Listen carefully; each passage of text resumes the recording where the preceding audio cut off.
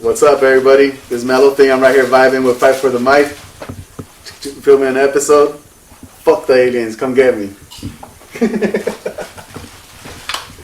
Hey. Check. Let's go. Sí. 1, 2, 3. 1, 2, 3. 1, 2, 3. All right. Here we go. Episode 63. Keep it mellow. Yeah. Okay.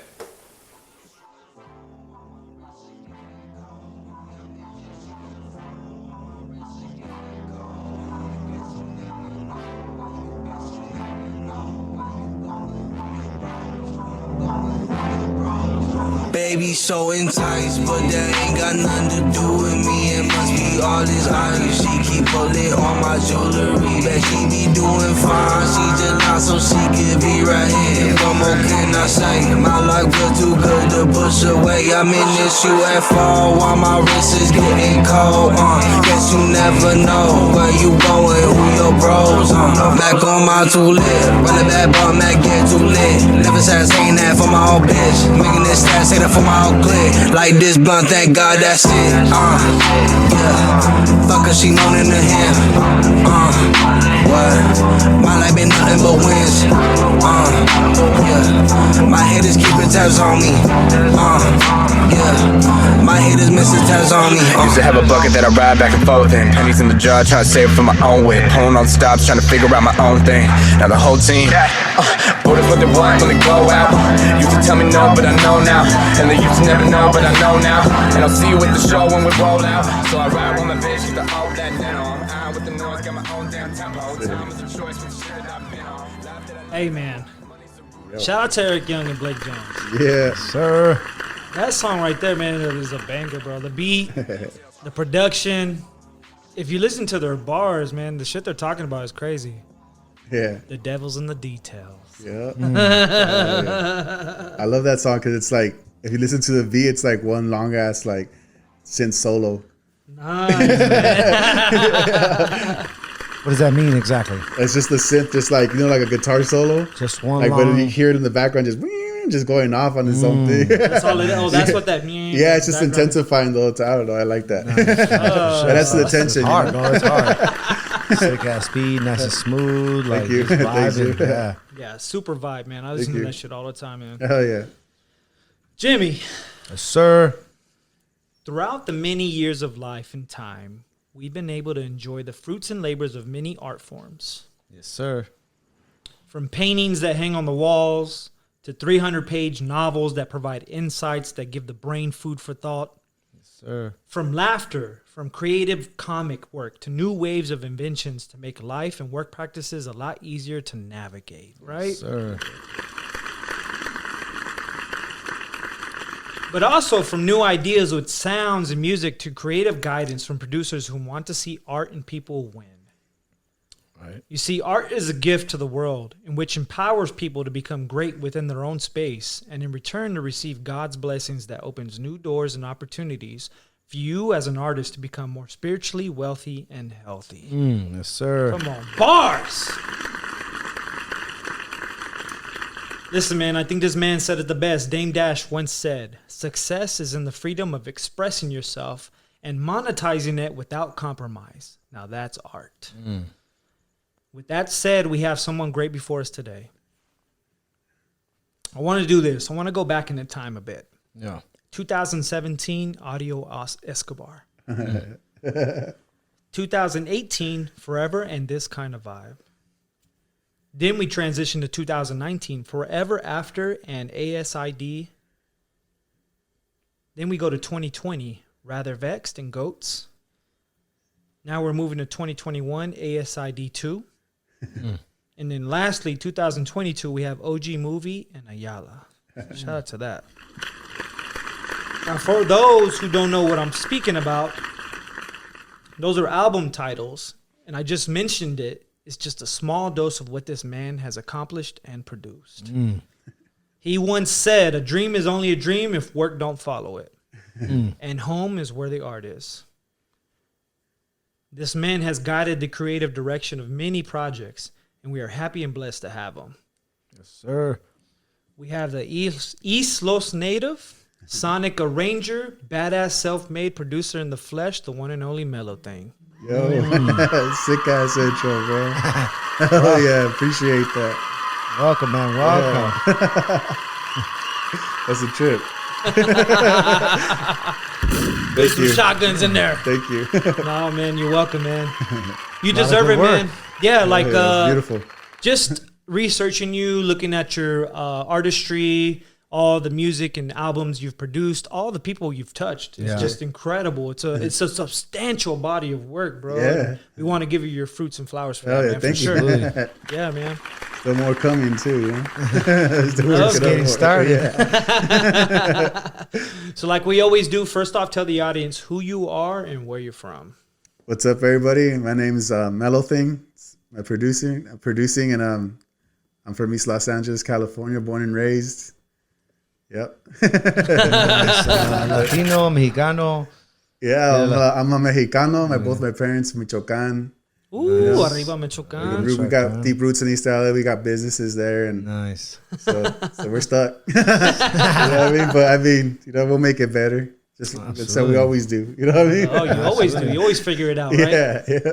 Talk about your upbringing a little bit more, like growing up in East Los, your childhood memories, things like that. Dive into that a little bit more. Brothers, sisters. Hell yeah. Growing up in East Los is I think for me like a blessing because I got exposed to a lot early, but it kind of made me wise in some ways. Yeah. So I'm the youngest of 10. So my mom had a batch with her first husband, Right. and he ended up getting murdered trying to cross over type thing. Oh, damn. Yeah. And so she had to start her new life with her 6 kids here. Yeah. And then she met my dad and then had the other 4. Damn. Whatever. Big family, man. Hell yeah. Yeah. So So you're very familiar with like hand-me-downs, sharing stuff. Yeah. The shower always being occupied. yeah, all that.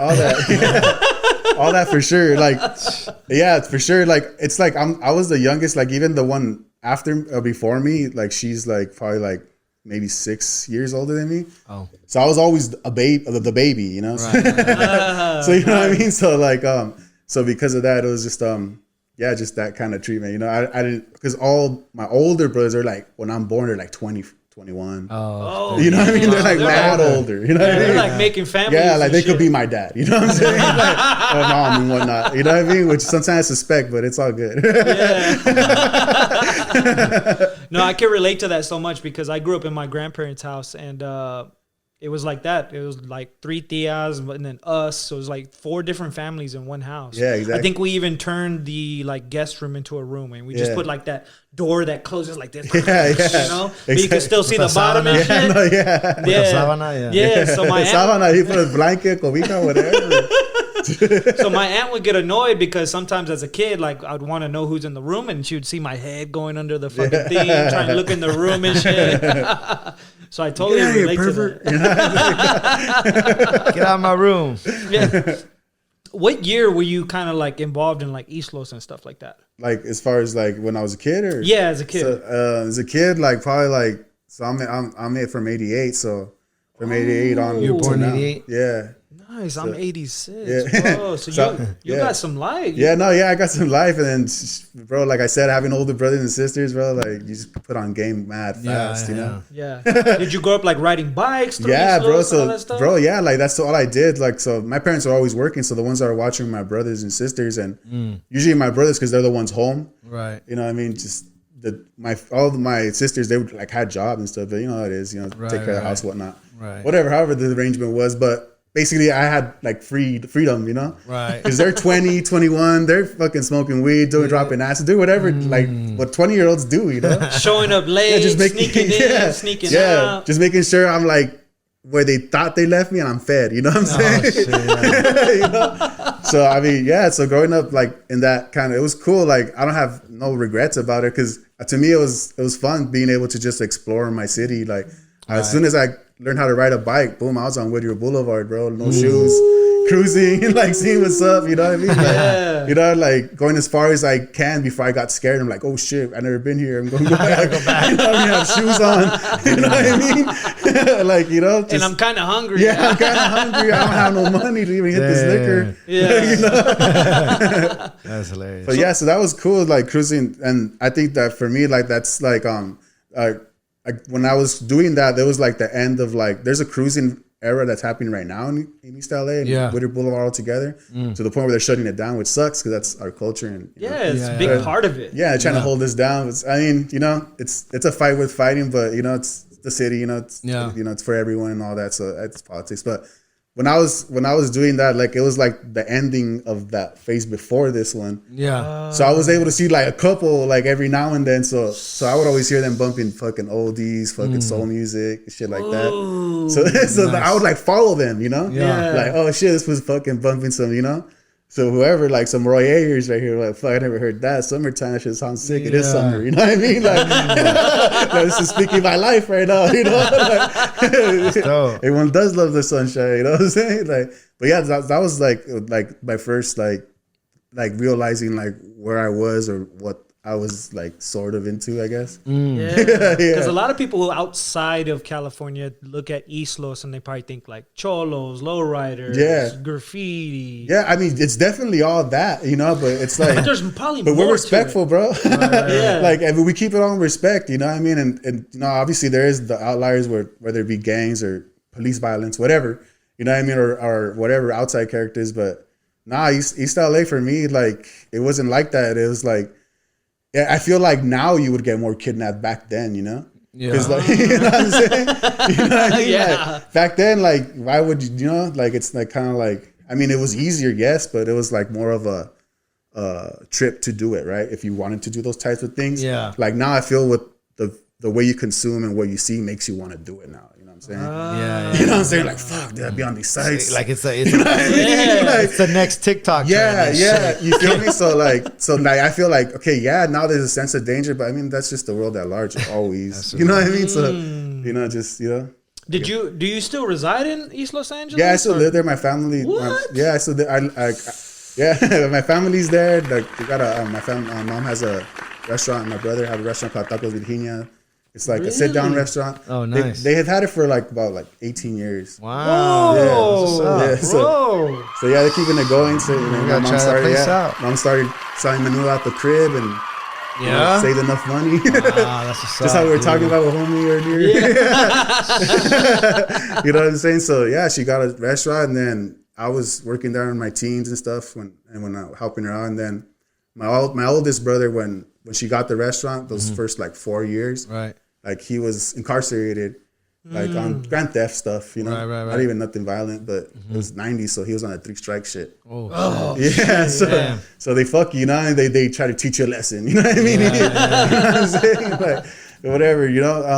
So when he came out, he started managing, so he's doing it now. It's like, because my one's like mad old. Yeah, so he's doing it now. He's running it? Yeah. That's what's up, man. Dude, that's phenomenal, man. He got out the pen and got a restaurant, you know. So making it happen, you know. I got out the pen and my mom was like, go to California. Business degree. He got his business he got a business degree. So hell yeah, bro. And he's learning on the fly. No, yeah, for real, yeah. That's So I give him a lot of up. props on that because like going from how my mom had it, which is just a dream, you know, Yeah. like you know, to like where it's like making money, paying the house off, whatever. That's you know what I mean? That's So that's cool. Yeah. How do you think your parents did it? Like you ever like thought about that or really asked them or analyzed it? Like how do you guys like do this? Yeah, bro. Like I've talked to my mom a couple of times, and like I said, a lot of my older brothers and sisters are like 20 years older than me. So like by the time I was around, they had money and could help out and whatever. But as far as like my mom getting it started there, like, so her first husband that she had her first 6 kids with, he was like involved with cartel stuff, you know, just right. Typical, I guess, you know what I mean? Yeah, typical 70s, 80s. Yeah, man. You know, spice it up. It was the era. Yeah, so back then there was no TikTok. Yeah, so you had to join gangs. Yeah, so her husband, yeah, exactly. So her husband was involved in that and whatever he did, but what ended up happening, he ended up getting murdered trying to leave, and he died in my mom's arms and all that. Wow. You know what I mean? Yeah, like some guys pulled him over saying they're cops, but it was actually the fools that were like, "You ain't going nowhere" type shit. Wow. You know what I mean? And he lived for like a day or two, but then he died from the wounds. Because Mexico is rural. They were leaving, they were leaving to come here, or something like that. And so when my mom came with her 7 kids, like she had to sell her property that they had in Mexico. So she had a brother-in-law, his brother, that was like, hey, well, I have this property in East LA. Right. Fucking trade. Or trade with some money, whatever the hell the deal was, you know? Yeah. You know what I mean? I think it was a trade and some money because, it's LA, right? So I think my mom bought like the property for like $12,000. Wow. Like after selling whatever, or putting together however she did it. You know what I mean? Like that part, I don't know. And to think like now it's like we're like fucking 100 times that, you know what I mean? Big time. It's like the economy now. Yeah, it's crazy. So I mean, that's how she did that and was able to set up like our home base because it's a big enough property where, I mean, 10 plus people were able to live, Wow. Yeah, so dope. That's fucking phenomenal, man. Shout out to mom. Yeah, for real. She's still going too. That's awesome, dude. What did you learn like growing up from like your parents and siblings and stuff like that? That kind of like still is instilled with you to this day. Shit, like a lot, bro. Because even still now, right? Because some of them that are closer to me are going through their growing pains as well in front of me. So, as well as I am. But what I learned from like say my parents was just the hustle, the dedication, the passion, the drive and ambition. You know what I mean? Like all those things. Like you don't have to be 100 on all of them, but as long as you got them, like you could make something happen. And absolutely. From my dad's side, was always do something where you're using your fucking head. Para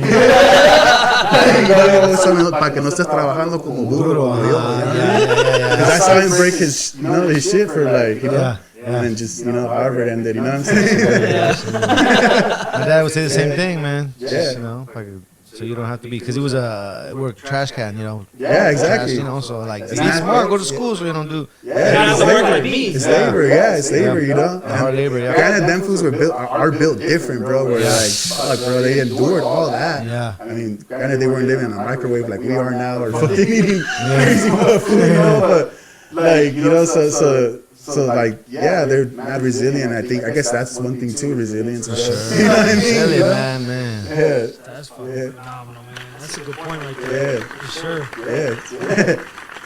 So my brothers and sisters, bro, like always a lot. They're the main support system of mine. Like, whatever we go through and stuff, it's always family love. Yeah, but from them, fuck, dude. Like growing up in that house, like.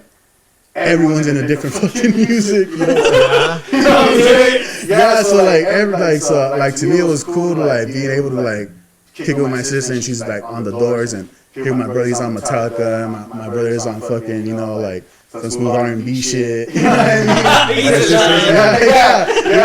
My sister's on some rancheras. You know what I'm saying? Like or whatever. So that was always cool for me. Like so it was always cool like.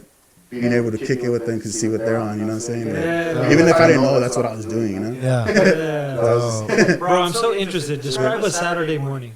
For me? For me, lately it's been meeting Eddie at the swap meet. La Miada or what? No, we go, fuck, it's a secret sauce, but fuck it, it's already Off camera.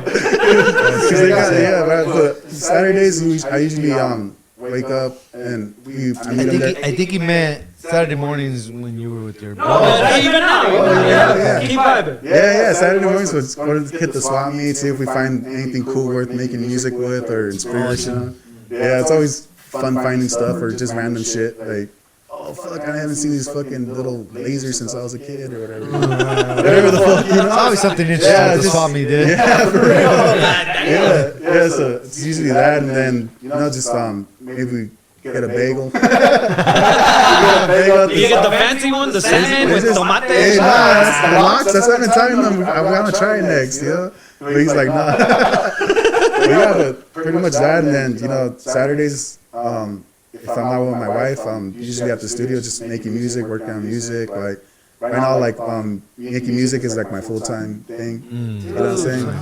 Yeah. I mean, it took some planning, and I know at some point I might have to return to the workforce to some degree, but like it's been going steady, I guess, Just keeping my head above water is the main thing, Hey, you're maybe living in Southern California, most expensive fucking county. Doing what you love. So I'm able to use most of my time to do that, and and just spending with my family really, because like I know that I have more time. So Right. yeah, because most of the my mom, she's like I said already, she's old, really.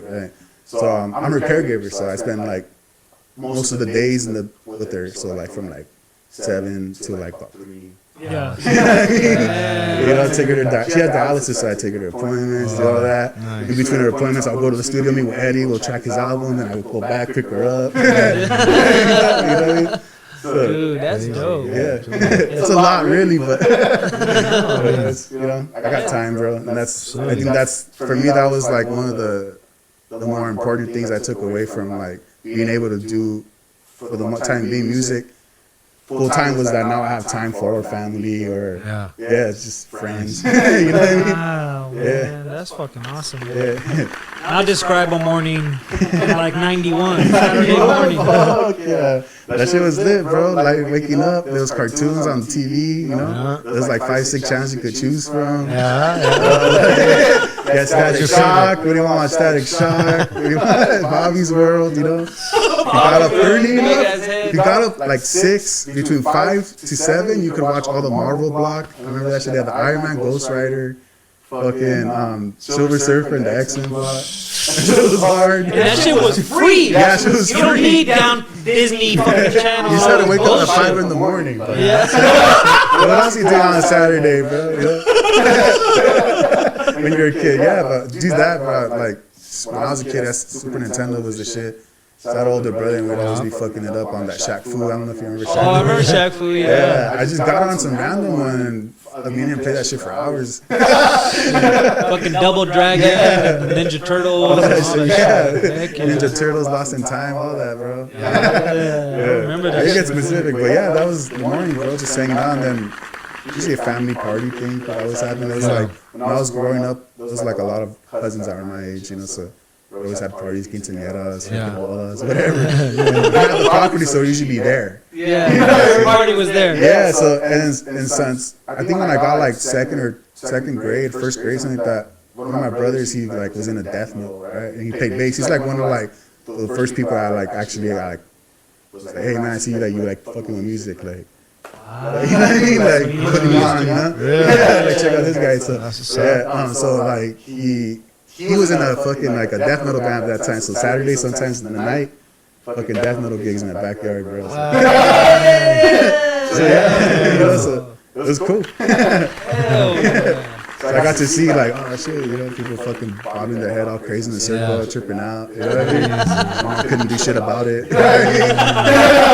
Like, you know? So these fools will roll up with like dirty Converse, long hair. Oh, for real, all that. So like I said, so those I had 9 other cities living there. So if there wasn't like a heavy metal gig, my brother, he was like in a party crew. You remember party crews and shit? Where they were wearing like the badges and the Bugs Bunny, all gangster, you know? Like, yeah, he was doing that shit. So like fucking DJ party all night, it's 3 a.m., you know? House music. Yeah, house music. Yeah, the homie DJ Mario, I remember that. I wonder where he's at now. Hoes. Yeah, all that, bro. That freaky side, fuck yeah, bro. That shit. Diamond Girl. Yeah, Diamond Girl. All that, bro. That shit's glued, you know? It's like rain up, bro. Just sitting in the bathroom window, watch you, damn, fucking getting down. You know what I mean? Dude, so you just had like this gumbo. Fucking just a mixture of all kinds of bro, for one real. household. Yeah. Every weekend was something different. Yeah, for real, it's always that. And I had another brother, he was like in a motorcycle, like ninjas when they were cracking for a second. Ducatis, all that shit. Like, so they would have their mamadas right there, you know? And since we live right there across the street from the cemetery, there's no like traffic at night. So it's like, fucking burnouts, fucking crashes, whatever. Do you live there by Lee's Hardware? Is there Lee's Hardware right there? It's kind of, I live right there, Calvary Cemetery. It's like down the road. You go to this Lee's Hardware right there by the cemetery, I think there is. Lee's Hardware where? Yeah, I think a little small freaking in the corner. I know which one. Building. Yeah. Little hole in the wall hardware. Yeah, there's a bunch. I think the one that we go to there is Indiana Hardware because I'm Indiana. So yeah, Fuck AutoZone. Yeah. I got my cousin as a manager. They shout out for their discounts. You got the same last name, so I'm just like, hey, I'm the manager.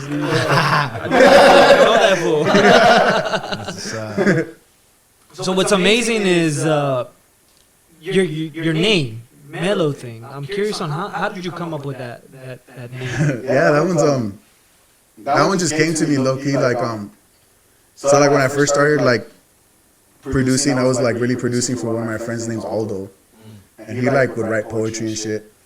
So I was like, hey, bro, you should rap. You know, and he did. So I mainly started making beats for him, right? And then that evolved. Like everyone found out, like, oh, making beats, and I was in a rap group, Ocho Spero Locos for a second. You know what I mean? I'm not rapping, just making beats, and with one of the other homies that was in the group. Right. And so we would do that, and then I didn't have a name, and they were trying to figure out a name for me, and this rap group, it consisted of just like whoever was down to go to the session that day. Right. You know what I mean? It was like my mom's garage, you know, and I'm just like learning how to do whatever. Yeah. And so I forget one of the foods was just like 1 second. cool. So the rap group, like I said, it would consist of whoever would like be down to give the homies I actually knew a ride there, whatever. Right. You know what I mean? You know? So they would come down, and then we were trying to figure out it because they got their names down, whatever the fuck, you know.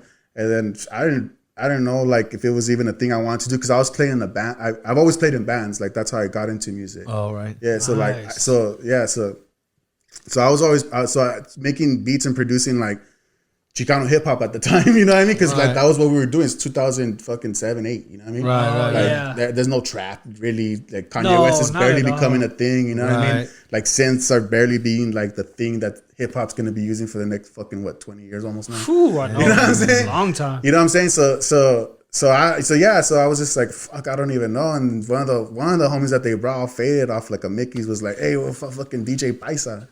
And I was like, but I'm not a DJ. Yeah. They're like, and everyone's like, nah, it sounds dope. I'm like, why? You know what I mean? And they're like, wow, you know, and they kind of like talked me into it, and I talked myself into it. I was like, all right, fuck it, you know? Yeah. So I went as that, and then, so it was that for a while, and then for like about like a year and a half, maybe. And then when one day I was like, and I started getting more serious about it with the homie Aldo. Right. We started rapping more, and then that group ceased to exist for whatever reason. So I was just working with Aldo again, and then again we were trying to figure out a name for myself because like I was like, man, like these songs are pretty serious or whatever. We're making something pretty dope for not knowing what we're doing. Right. Like we should get serious. Like you need to get a name. Can't be just Aldo, and can't be fucking DJ Paisa. Like, you know what I mean? I'm not the brownest fool. You know? Yeah, I'm exactly. Mexican, but I'm not brown. Like some food. Like even when I met Eddie, like he didn't think I was Mexican. He was like, oh, what? Like he thought I was like talking, like borderline talking shit. You know what I'm saying? I was like, nah. You look like European. Or Yeah, for real. So like I was like, fuck, I don't know. So fuck it, we just kept rolling with it for like a few months, and then one day I was like there's always like times when I'm making music where I'm like, wow, this is the fucking best shit I fucking ever made. You know what I mean? Like this is it. Yeah, this is it. High art. You know what I mean? Like, or whatever, you know. And then like I just couldn't figure out what to call it, and so I was just like Mellow Thing, and then I was just like, oh shit, like you know. So it has a beat. The name has a beat. You know what I mean? Like somewhere I'll probably pop it out someday. But yeah, so I think that's how it came, and I just started using that because I was just like, that sounds cool enough where like it sounds like someone, but it sounds like it could be anything. Yeah. Like it could be a band, a person, a group, a fucking company, something. Yeah, vibe. Yeah, you know, because it was kind of ambiguous in that way, you know, because it's just two words that, you know, just don't mean nothing, but they do. You know what I mean? You know, I don't know. Yeah, but then I started thinking about it. You know, like when I told her to like my girlfriend, then she's my wife now. I told her to, she's like, nah, yeah, it's dope. It describes your shit, like you as a person, like your sound, like you know what I mean? Like it's different. You're different. Yeah. You know, so I was just like, well, fuck it. You approve. Let's go. Wifey approves. It's a wrap. Yeah. That's big facts, man. Oh yeah. That's crazy, man. That's a good story, bro. Yeah. So music has so many like lanes and fields. Like you can play instruments, you can rap, you can rock, you can write, you can build studios, you can sell studio equipment, and there's much more avenues. Build studio equipment. Yeah, exactly. You know what I'm saying? So take us down the early road of your musical journey and tell us what inspired you to become a producer. So like, I feel like the producer role for me didn't really settle in till like maybe, I guess, pandemic times when I was like, everyone had time, right? Yeah, like sit your ass down. Yeah, like and figure this shit out, bro, because now is the time, you know. So like, yeah, it's like I got real serious, and on top of like Eddie Rotten, I've been working with him for like probably like 8 years now, and like he's one of my best friends. And but when we were getting like serious like about it and all that stuff, like, well, I'm sorry, what was the question again, bro? I'm saying like, what inspired you to become a producer? Oh yeah, so I didn't. Sorry, I was thinking Brain about something. fart. Yeah, No, hombre. no. Nah, so like, but yeah, so just getting more serious, just getting like how I was saying, how I meant to say, Eddie's support, and then like Eric, like, because me and Eddie, like when I met Eddie, he's the one that really plugged me into like Santa Ana, like, hey, this is who, this is my people's, like, Right, you know what I mean? Like I was just trying to make music, like that's it, you know what I mean? Like, and that's what Eddie knew. So like he's like, so he put me like linked me in. So when I saw like, okay, cool, like people who I look up to want to fuck with me. Like, okay, like maybe it's something to pursue, right? In that way, it's as far as like considering it seriously. So in 2020, that's when I got like DBA and started making my plan to be like, I want to make this full time. Like, I need to save up. I need to, get serious. Try to find ways. Talk to my peoples. Like, see what their heads at. You know what I mean? Like, you know what I mean? Like, find that lane. So but before that, before all that, that was like, 2020, like I said recently. But before all that, like, I started playing drums in high school. That's my first like ever thing, like foray into music other than like listening to it. Wow. Like, yeah. So yeah, I got a drum set in high school. Dude, I saved up like, like hit up all my brothers and sisters, like donate whatever. Yeah, little $20 here, $10 yeah, there. saved up. Like I had a bunch of like skateboard, like I was a skater too, so at the time, so. And I sold all my shit, you know what I mean? Like, fuck all that. Garage sale. Yeah, like I had ramps and rails. People would buy, that was the thing at the time. Shoes, like shit like that. So yeah, cause like I was a hardcore skater. Like I wasn't any good, but cause I also knew I'm not gonna go pro. I've always been this similar size, you know what I'm saying? Or bigger, you know what I'm saying? So like for me to be a pro skater is like not a thing at that time, right? They're like mad skinny rockers or whatever. So yeah, so I was skating and I guess like it was that time and age in high school when like everyone's experimenting. So all my homies, we got a crew and everything, you know what I mean? Like, so they all started fucking doing meth. You know what I'm saying? The heck? Damn. Yeah, and they're like sophomores, juniors, and seniors. I'm a freshman, so like they're older to me, Damn. So to me, it's like I don't fuck that. You know what I mean? They're like, what? Yeah, so they weren't skating no more. Like they were like only skate with each other because they were like, get high together and shit. Yeah. Be up all night. Yeah, or whatever, just doing whatever. So because of that, like I had less people to skate with, and to me it was like that's the whole point, to be with the homies, pump each other up, like do it, bro, you can do it, just put your feet around, just fucking do it. That was cool to me because it was like super supportive, It was like it was a vibe, because you feel fucking good after like trying something over and over and over, and boom, you do it. You completed. Yeah, you did it. And if the homie filmed it, all sick, like that was our shit, So yeah, so I was like, man, like I like drums, like I don't really like it seems fun, Seems percussive, like skateboarding, you know what I mean? Like I'm hitting something, Yeah, like so I was like, so I saved up, got a drum set, and then probably like a week later, I was in a band. Like, God damn, that quick, got recruited. Yeah, I need to get some drums. Yeah, because what's crazy is so because I have a lot of older brothers. One of my sisters, she has a son who's my nephew, who's a year younger than me.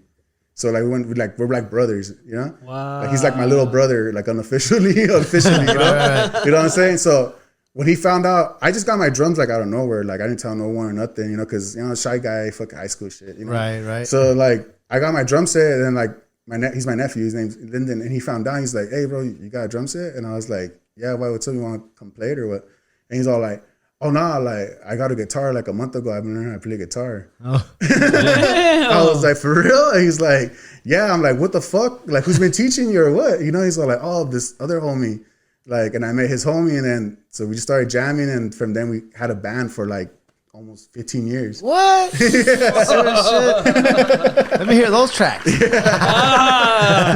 should sample those tracks. No, and yeah, put them on I did, a fucking bro. beat. Trust. Don't even. That'd be sick. Trust. I always tell Eddie, like, the band was called, like, we're kids, so, like, we didn't know. Yeah. We're called the Pocket Rockets, you know, so. Pocket Oh, Rocket. Like, that's whatever. a dope name. You know, yeah. I like that shit. Yeah, like, we struggled with it, you know, because, like, it was, like, one of us got to get serious and the other homie was more silly, so it's kind of like, Yeah. yeah. But anyway, but yeah, like, I always tell Eddie stuff like, oh, hey, I sampled a Pocket Rocket song. We never released this one. Check it out. We sampled it. You know? Dope. You should sample it. That should be sick. Yeah. Hell yeah. So I think that's how I started playing in bands. And honestly, when it comes to like the recording stuff, like, fuck, like I remember when we wanted to record our shit, we got like those little tape task cams. I fucking love them. I still fuck with them to this day. But they're like these 4 tracks. They'll tape. It's a cassette tape, you know. Mm-hmm. And so yeah, we would record on that, and we were mad loud, so we would blow them up, literally. Like they would just boom. Damn, I didn't know they could explode. Yeah, me either, bro. Like so we would record there. So like I was like, fuck, there's gotta be a better way, you know? So I mean, we're like 16, 17, 18, so we don't know nothing or barely have money, but started looking into studios and like they're charging like $300 an hour. Yeah. I'm like, what the fuck? Can't Nah, we could get a that. whole album done in an hour, right? You know what I mean? Like, we got this shit down. Fuck no, Like you know? one song in 3 minutes. Yeah, yeah, that's what you think, but it's like no way, bro. Yeah. So I guess like out of necessity, like I started getting into like wanting to record, like so I started buying more Tascams, blowing them out because I wanted to figure this shit out. Like, why the fuck am I blowing them out? You know what I mean? Yeah, exactly. Yeah, like so I wanted to figure it out, and I would Frankenstein them together to make them work again and shit like that. Yeah, yeah, yeah. So, so then like probably like my sophomore year in high school, my brother, he's one of my brothers, the one I mentioned earlier that helped me. Right. Him and my other brother, they got a warehouse in downtown LA. They were gonna they're gonna grow weed out of it, right? Right. You know what I mean? So they set up the rooms and everything, but then they had like a whole part. My brother was a motorcycle, so he had his own shop. Right. And they had and since I would kick it there, so I had my ramps to skate. They had a stage, I guess. So we had that shit. Going, and yeah, like we would just practice out of there. And my brother started seeing that we were getting good, like hey, like because from the jump for me, just creating from. Always, I never learned how to cover a song.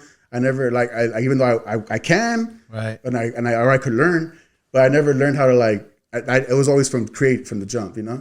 Especially so it was always original songs, always, you know, or like always. Wow, It was just never straight from the fucking heart. Yeah, exactly. So yeah, because like I feel like I didn't even cover a song with my band until like fucking 8 years in. You know what I'm saying? Like you know where it was requested from like this label we were on for a second. And but yeah, like so my brother saw that we were getting good, and one day he's like, you know, so he was selling and growing weed, you know, so Right. and he's got this warehouse and everything. He's like told all of us, hey, let's go to Guitar Center. I'm like, fuck it. So he got in his van, he had an Astro van. Scooby-Doo ass man. We had one in the family too. Yeah, seriously. Bro. So we pull up. Yeah, that shit would cop the restaurant for the first few years. Yeah. That shit was the menudo fucking transporter.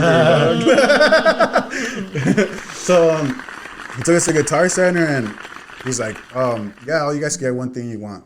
I'm gonna ball out and get my setup. No. So I got a snare. Yeah, so we were like, wow, you know, trippy, like, you know, someone fucks with us. You know what I mean? Like, so I got a snare. I still use it. I think my nephew got amp, and the other homie, he got like a microphone or something because he's a singer. Right. And so he played bass and sang. But my brother got like a whole recording setup, like a portable one that had like a CD, DVD burner or whatever. Yeah. So you could burn your shit. Damn. So he got that. He was just doing it on his own. Like we were just jamming out. Yeah. You know, take the bus after high school, downtown, walk, go practice. One day he wasn't there. And we're like, let's go check out his room. You know what I mean? Maybe he's got some bud later around because we want to get faded. Right. Yeah. And, you know, we were cool with him, but he wasn't like that. You know what I mean? It wasn't like, oh, here's some weed, Chris. Yeah, You know what I mean? Like, hey, try this one out. Like, it wasn't there yet. You know what I'm saying? Like, you know, he was easing in there, you know? Yes. So, like, we went in his room looking for nugs, you know? Yeah. And fucking, oh, shit. Fucking speakers, fucking machine, microphone. We're like, what the fuck? Like, you know what I mean? He's got a whole setup. Like, damn. I was like, hey, let's use it. Like, let's fucking use it. Like, you know, where's the manual at? Like, you know, so boom, sure enough, bro, the homie just gets on the manual. He's boom, just fucking reading that shit. We're in there for an hour watching the door. Like trying to learn in secret, you know what I mean? Like, you know, we're trying to learn. Boom, all right, cool. This how you do it. Boom, we figure it out. Oh, fuck, he's coming. Boom, next day, whatever. We did it again, you know? We ended up learning a little more on it. Boom, we came back, like probably the third or fourth time, we're like, let's record something. Boom, so we recorded like some demos, like, fuck, we were tripping. Wow, it sounds so good. Bro. You know, we got this something. Bro, like, we know how to record, you know? And then we would always, like, what's fucked is like, what I regret, we'd always record shit and erase it so he wouldn't find out, right? Oh. You know what I mean? Yeah. So there's some stuff like, yeah. So like, but this time we didn't erase it. So he pulled up one day, turned on his things in the jam out, faded, do his thing.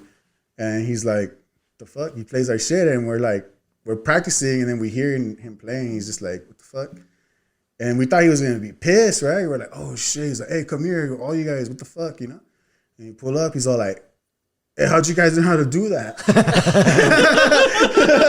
Like, you know, like, I don't even know how to do that. Yeah, he's like, how'd you learn how to do this or whatever else we did? You know, we're like, my homie's like, oh yeah, bro, you turned this page, bro. He's like, wait, what the fuck? You read the manual? He's like, oh, yeah.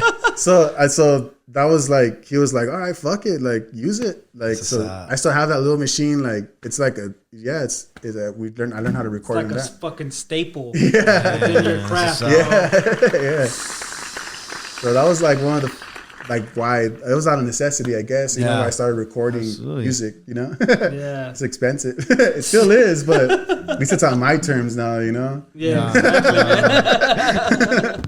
You know, like with every house, there's a foundation. Even with this guy's a foundation, right? That keeps it upward, it doesn't fall down, or whatever the case may be. You know, what's the foundation to your artwork? And describe your creative process and also describe your working style when you're producing music. Yeah. So what was the first part? Just what's your foundation for your artwork? Shit. Like what's the real true identity of it?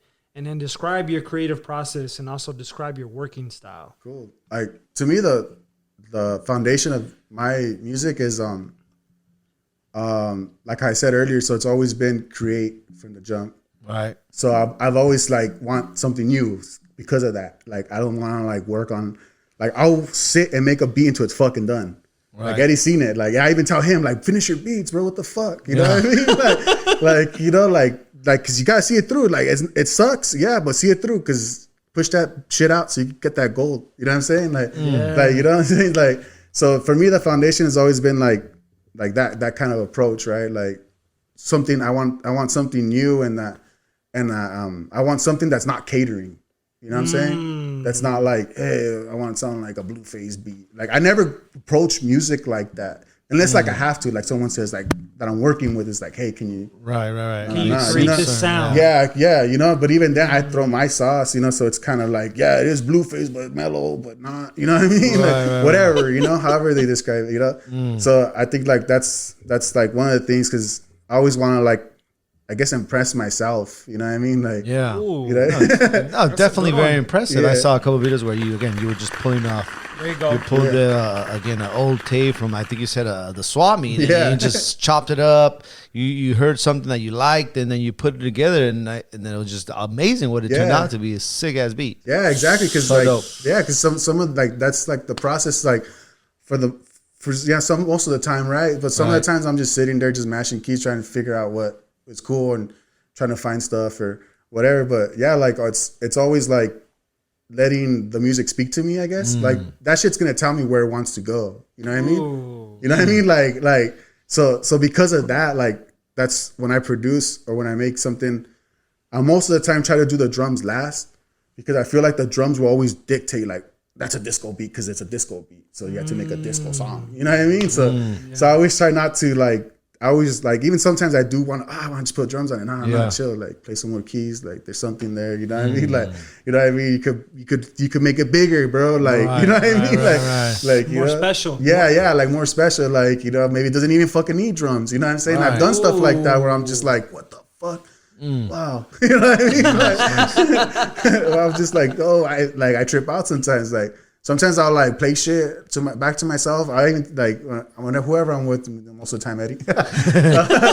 Like I'll be like, hey bro, like if I didn't make this beat, I'd be jealous as fuck right now.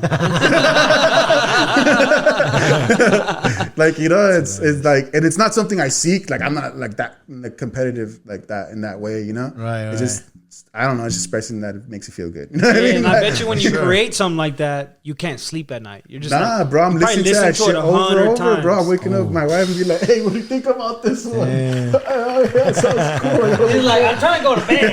Yeah, nah, for real. That shit's like probably daily, bro. Dude, I relate to that so much when it comes to this platform, because when we create something like heavy or something that like means something to me, dude, I listen to it like 1,000 times. That's it, yeah. I can't sleep because my adrenaline is just because you pick up stuff that you didn't hear first time and whatnot, you know what I mean? Or stuff that hits deeper because you're in a different mood. You know what I'm saying? Shit like that, yeah, for sure. Like that's what music does too, you know? And on average, how long does it take you to make a beat? It depends, bro. Like honestly, like if I challenge myself, I could do something 5, 10. Maybe not 5. Low key, like I'm not that crazy with it. I could, but it's not gonna be something cool. But it's something that's just meaningful. It's something that's gonna be some bullshit. You know? Like, but usually if I have materials, like probably like 15, 20 minutes, like to make something like passable. You know what I mean? But if like now I find myself like taking more time on something. So like an hour. Let's say like an hour is more reasonable. An hour, to get like what I'm gonna work with. Ooh, like a foundation. Yeah. And so then like the next 2-3 hours after that will be like, you know, like filling it in, like arranging it, like dropping it out, finding other stuff, like just listening to it for a while and seeing if I hear stuff, fucking around on my drum set, if I want those drums, if I want trap drums, or if I want, you know, it's just different. There's all kinds of things you can do, you know? Right. Nice. So I saw something interesting today. It was a video of a guy who was basically educating people on how to study. Yeah, sick. And what he was saying was like you need to study in 30-minute increments and then take a 5-minute break. And the 5-minute break should be stuff that you need to do or stuff you're inspired by. Yeah. And what you'll find by the graph is you'll see the graph kind of do this. Yeah. Instead of doing this, a big drop, and then like you go back to it days later or whatever. It's more, the graph looks like this. Yeah, hell yeah. And then that's the consistency, you know? Exactly. Yeah. And then he's like, in one day, you'll find yourself with like 6 hours of study time, but it won't feel like 6 hours of study time because you took those 5-minute increment breaks. Yeah, exactly. Yeah. So I thought that was interesting. And that's something that probably you can apply to. No, yeah. I actually do that sometimes. Like even yesterday, I was making a beat yesterday. I don't know if you saw, but I posted the synthesizer last night. Fucking hate it. You know what I mean? But like I was like really trying to fuck with it, you know what I mean? Yeah, you wanted to like it. Like I'm watching videos, whatever. So the funny thing is like I had to like chill, like watch the video, fuck around, chill.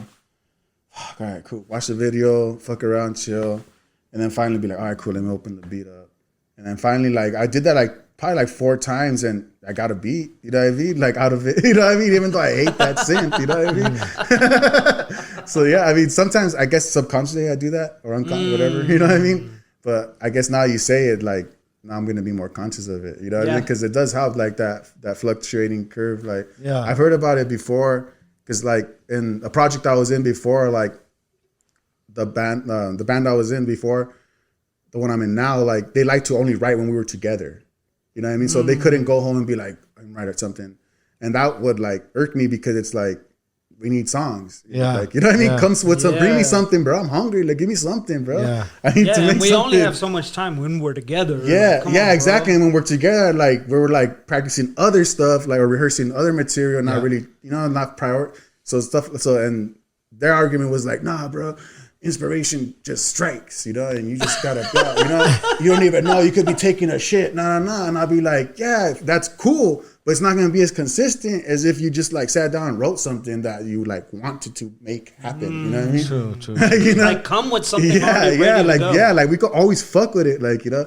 So that's why to me, like, I've always like I said earlier, like even though like this beat sucks today, maybe tomorrow you're gonna make a sick beat, you know, or a song or a mix, whatever. You know what I mean?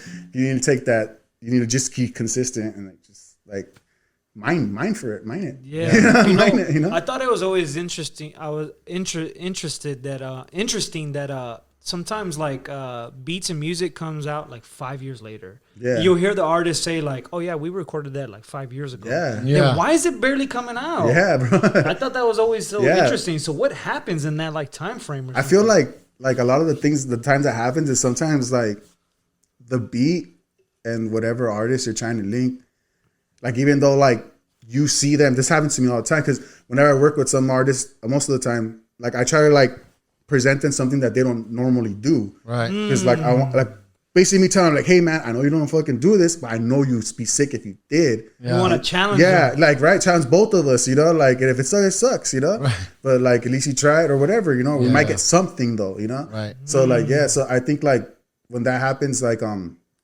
sometimes like that doesn't happen. Sometimes I feel like the artist either gets too challenged and it doesn't come to fruition, or sometimes just the beats are just ahead of their time, bro. Yeah. Like you know. Because like I played beats for Eddie and a bunch of homies, whoever, like whenever we're just chilling after sessions or whatever it is, and I'll play them beats from like 2010, 2012, and they're like, hey, this is sounds hard. Did you make it? When did you make it today? Or whatever. I'm like, nah, for 2012, 20 years ago. Damn. And I'll be like, what the fuck? You know what I mean? Because I feel like that's old to the fact that like how I said earlier, like I just make stuff that comes, it comes, you know? Because like it's like, you know, something speaking through you. It's spiritual, you know. It's all those things, you know. You know, so like, I don't know, you know. So because there's even beats like I have a project with Specs coming out, I think next week, and some of those beats like are fucking old, like probably like 2010, and some of them, and that's 12 years old. Yeah, and some of them are even beats that like me and Eddie tried fucking around with like years ago. Yeah, and like how I said earlier, like. It was cool. We fucked around. We got a sound, but it didn't work for us at the time. Like for what we were trying to do or whatever, you know. And like, thank God for people like Eddie. He's cool enough to be like, hey, bro, whatever suits the art. You know what I'm saying? Like, you know, because most people will be like, nah, fuck, that's my song. You know? Don't fuck with it. Don't touch it. You know?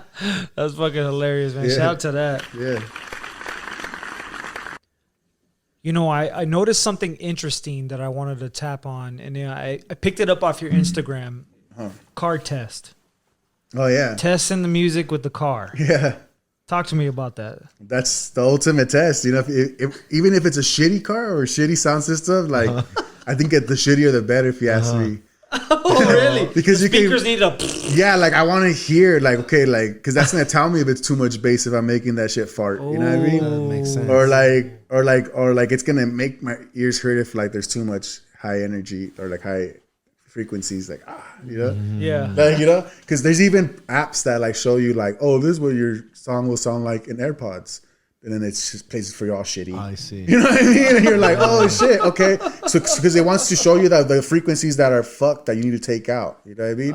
Or mess with. You know. So the car test, fuck yeah, hella important. That's crazy. Yeah. That's dope. Sometimes, like I said, the cheaper the better because sometimes the good systems like lie to you.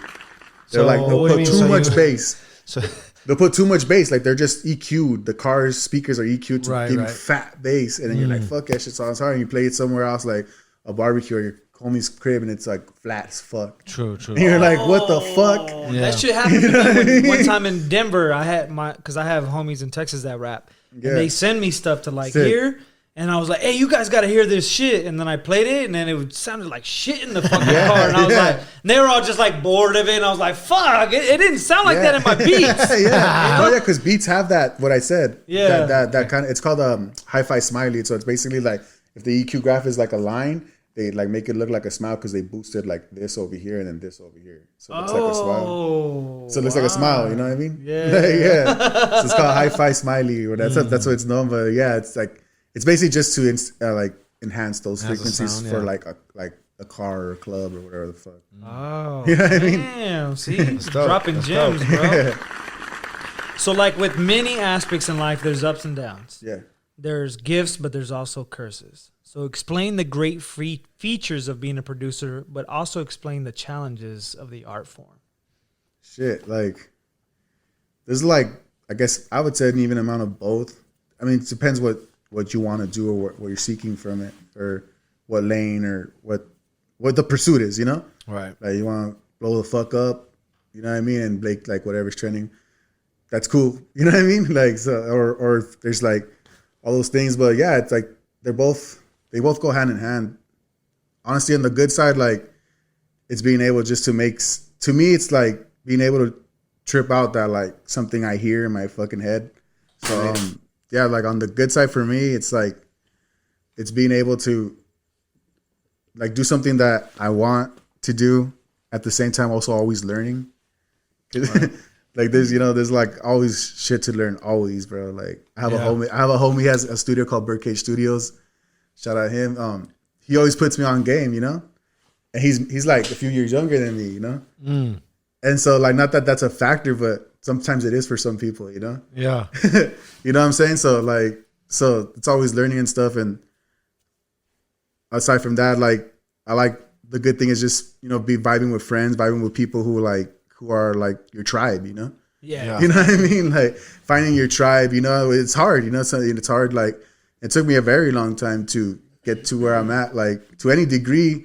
And I still got way farther to go. You know what I mean? A lot more to learn. Yeah, like this is, you know what I mean? Like this is all blessings. Like being here is a blessing. Like, like you guys having me here, I appreciate all that, Oh man, that's love, man. And then not what I just said before doesn't downplay that. You know what I'm saying? Like this is like a foundation of this. You know what I'm saying? Absolutely. You know what I'm saying? So like I think that's, like I said, like finding your tribe and just being able to create stuff like that, like that it's in your imagination, like that's what I mean? amazing. Yeah. To think of it, put it on the keys, and then put it into the world. Yeah, Fucking exactly. crazy. Yeah, exactly. Yeah, I trip out too because like I'm not like I'm a drummer. Like I'm not technically supposed to be able to do this. Right.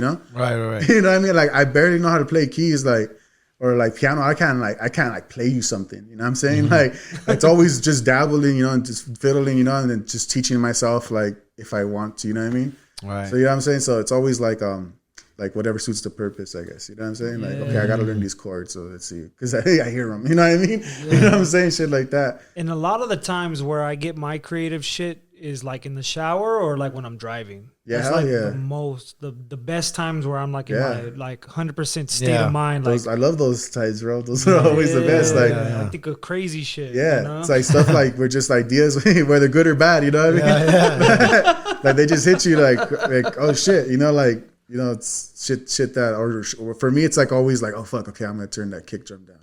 Cool. Yeah. Check, you know what I mean? Yeah, and shit like that. Loud. Yeah, like nah, I didn't like that shit. I was hungry when I mixed it. It sounds like shit. You know, whatever. I've told Eddie that. I want to dive into your like phenomenal projects you've been a part of, like OG Movie, Ayala. Those were the most recent bodies of work you've been a part of. Rather Vexed was done in 2020. This Kind of Vibe Forever 2018. Plus many more that you've done. Talk about the operations out of all those projects that you've been a part of. Which one was your favorite? And talk about creating those projects. Shit, like I mean, they're all my favorite, Nice. I gotta say that, but nice. For legalities, you know what I'm saying? So you don't have beef. Yeah, I got no beef. Everyone's my favorite son,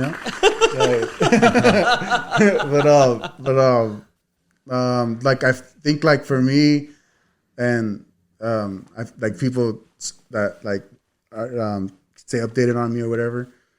Like they tell me like Rather Vexed, like that's you know what I mean, like because I made it like I was working on that one like a little bit before pandemic, and it was like my dad had got really sick because my parents were divorced for the last like 10 years. Yeah. So my dad moved to Fresno, he got all sick or whatever, And so we had to like move him back down. So we had to go through all that, like his house. He bought a house, So we had to do that, things that like, do what we had to do there and all that stuff. So he ended up getting real sick and stuff. So I was going to college like to get a BA and had to take care of him with my sister and stuff. So we were all just taking care of him because he got diabetes. Like he was going to dialysis, and he's old school Mexican. He's like doesn't fuck with that, Yeah. So it's hard, bro. Like I'm surprised he lasted. He lasted like a couple of years, Damn. Yeah, because for the males, like it's very hard. Because my mom's doing it right now too. Yeah. But like she kind of like is like wants to do it, like like understands, like and is trying. It's hard, because a lot of it's diet, whatever. But my dad was like, fuck no, you know? I can still drive, I'm going in and out. You know what I mean? Like, I'm still gonna have a drink. You know I'm still what I gonna mean? eat tortillas. Yeah, for all that, bro. I'll pull up on him, be like, hey, you hungry? He'd be like, yeah, even though he just ate.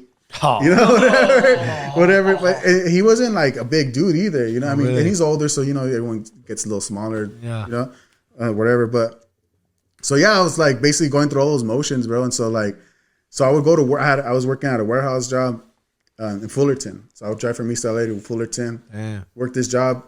It was like just pulling like orders of like fucking heavy ass boxes of like bolts and nuts and bolts and shit for like other companies. Like, so yeah, like I'd be on the lift, like way the fuck up there, like on a pallet, loading that shit up with like fucking a ton worth of shit, like harness, making sure I don't fucking die. Like occasionally hitting the stizzy, you know what I mean?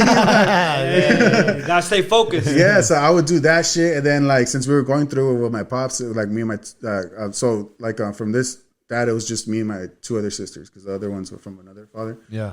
So yeah, so we were just going through with them, like trying to figure out like, you know, like what to do when everything, you know, because he was like, you know, it's like every day was like an adventure with him, you know. Like, oh fuck, he fucking doesn't know where he's at. Yeah. And he's driving his truck, like he just said this is the cross streets, come pick him up. You know, shit like that, you know, because like, yeah, you know what I'm saying. So he got real bad. So basically, point of the story is that I made rather vexed around that time because I would go to work like fucking 4 a.m, do that shit, like go pick up my dad from Dallas, like feed him, bathe him, change it, whatever, you know, do all that thing, make sure he's cool. It's 5 o'clock, you know, okay, cool. I got to the studio, like I got a couple hours before like my girlfriend at the time was, where the fuck you at? Come home. You know, because we live together, you know? Yeah. Like, you know what I mean? Like, she wants to see me before she goes to sleep to go to work tomorrow because she has like a regular like night, you know? Right. Yeah, because then that's going to be another additional 10, 12 hours you don't see each other. Yeah, exactly. And that's, and it's like, it's, you know, it's weird sometimes, you know? But, so it was like, okay, cool. I got a few hours to make some music and I have to like fucking, you know, make sure I, you know, be with my girl, my family, whoever needs me otherwise elsewhere, you know? Right. So yeah, so I was making a lot of that music around that time. So it was a bummer time. So like I was able to like really like teach myself like to like surrender to the music. You feel me? Yeah. Yeah. That's fucking phenomenal. Yeah.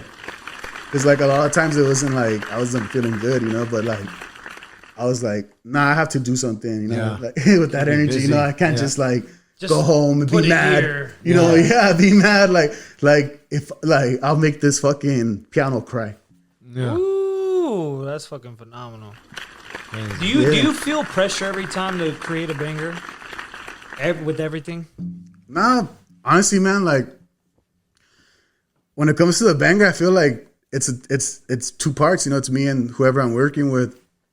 And I believe in a lot of people I fuck with. So I just like, even if it's not like, oh wow, you know, fuck, you know, I fuck with it, you know, like I'm just like, fuck yeah, we fucking did something dope, like something we could bump, something someone will like it, you know what I mean? Like, and if they don't care, it's like, you know, like so like that's for me. There's like, I mean, there's been a couple of times where I've been in those situations where it's like, oh, you have to make something cool because like my friend of a friend brought this guy down and he fucking this, that, or the other is tapped in, you know what I mean? Like, you know, just weird industry shit, you know, it's like, you know, it's happened a couple of times and those are probably the most times I felt pressure. But other than that, like, I mean, I fared well. I feel something most of the time, you know, I still talk to most of these people, you know? Yeah. You know what I mean? That's fucking badass. Yeah. You know, what's up? You've been in this game for quite some time now, and you've produced so many songs. What have you learned about yourself along this journey? Shit, about myself is to be fucking patient, bro. And I still gotta teach myself that shit, you know? Yeah. I'm in my I play in my band Deuterella. Like it's a high school homie. Like so in high school when I was in my other band in Pocket Rockets, like probably like fucking I don't know year 10 or something. A couple other homies were getting serious, which was my friend that I'm in Deuterella with Dan now, and he was in another band. So they were like getting serious about playing, so we started a label. We started a tape label, cassettes, because Burger Records is like doing that. And we would do shows with Burger Records because we were like there at East Los thing. Because the other homies was like really good at talking to like that, and I was good at like fucking putting together the lineup, the show, finding the spot. Like, Yeah. we would use our gear, Right, you know, just the other shit. You know what I mean? Like, you know, like we actually talk to the band. You know what I mean? Like, be cool with them, be friends, drink with them, smoke with them, whatever. Yeah. You know what I mean? So like, yeah. So we would put out like a lot of these bands from East LA. So all like these bands like the Zoo, fucking, you know, shit like that. Like we put them out on tape, would throw shows and all that. But basically, that guy like.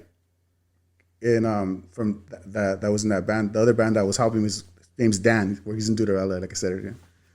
But yeah, like playing with him, I have to learn patience because it's like a different game, bro. Yeah. Like from being in a band and like being a producer for like the homie that's just gonna go and do the work, that part. You know, on top of whatever I do. You know what I mean? Like, yeah, that's you know. wow. So it's like, so it's a different game, you know. So it's like, so with the band, like I have to do that work. Like, oh shit, I have to go to the shows with them, and or we have to take our time and really craft it. Like, 'cause it's a band, like we're playing it. You know what I mean? It's different. You know what I mean? Yeah. It's different from being like, hey, here's a song. Let's go perform it. You know? Yeah. Nah. Like we like a song we started and like it morphs into something months later. You know? Yeah. Yeah. You know? Because it's like that, and then so that one's like, so again, like that's practicing patience. You know? Sometimes, you know, because sometimes I'm like, fuck, like nah, we gotta make it, dude. You know? And it's sometimes it's challenging, which I like, of course, because it's just us two. It's just drums and bass, and he plays like distorted bass. Kind of sounds like a guitar, but still bass, you know? Yeah. So it's like making that like sound fucking sick and not like two dudes. You know what I mean? So you know, so yeah. Does that piss you off when you create something with somebody and you just mentioned it earlier, and then they take off with the music and they just don't? Because ultimately it's up to the artist to push that shit, right? Yeah. And then they don't push it. No, does that make you mad?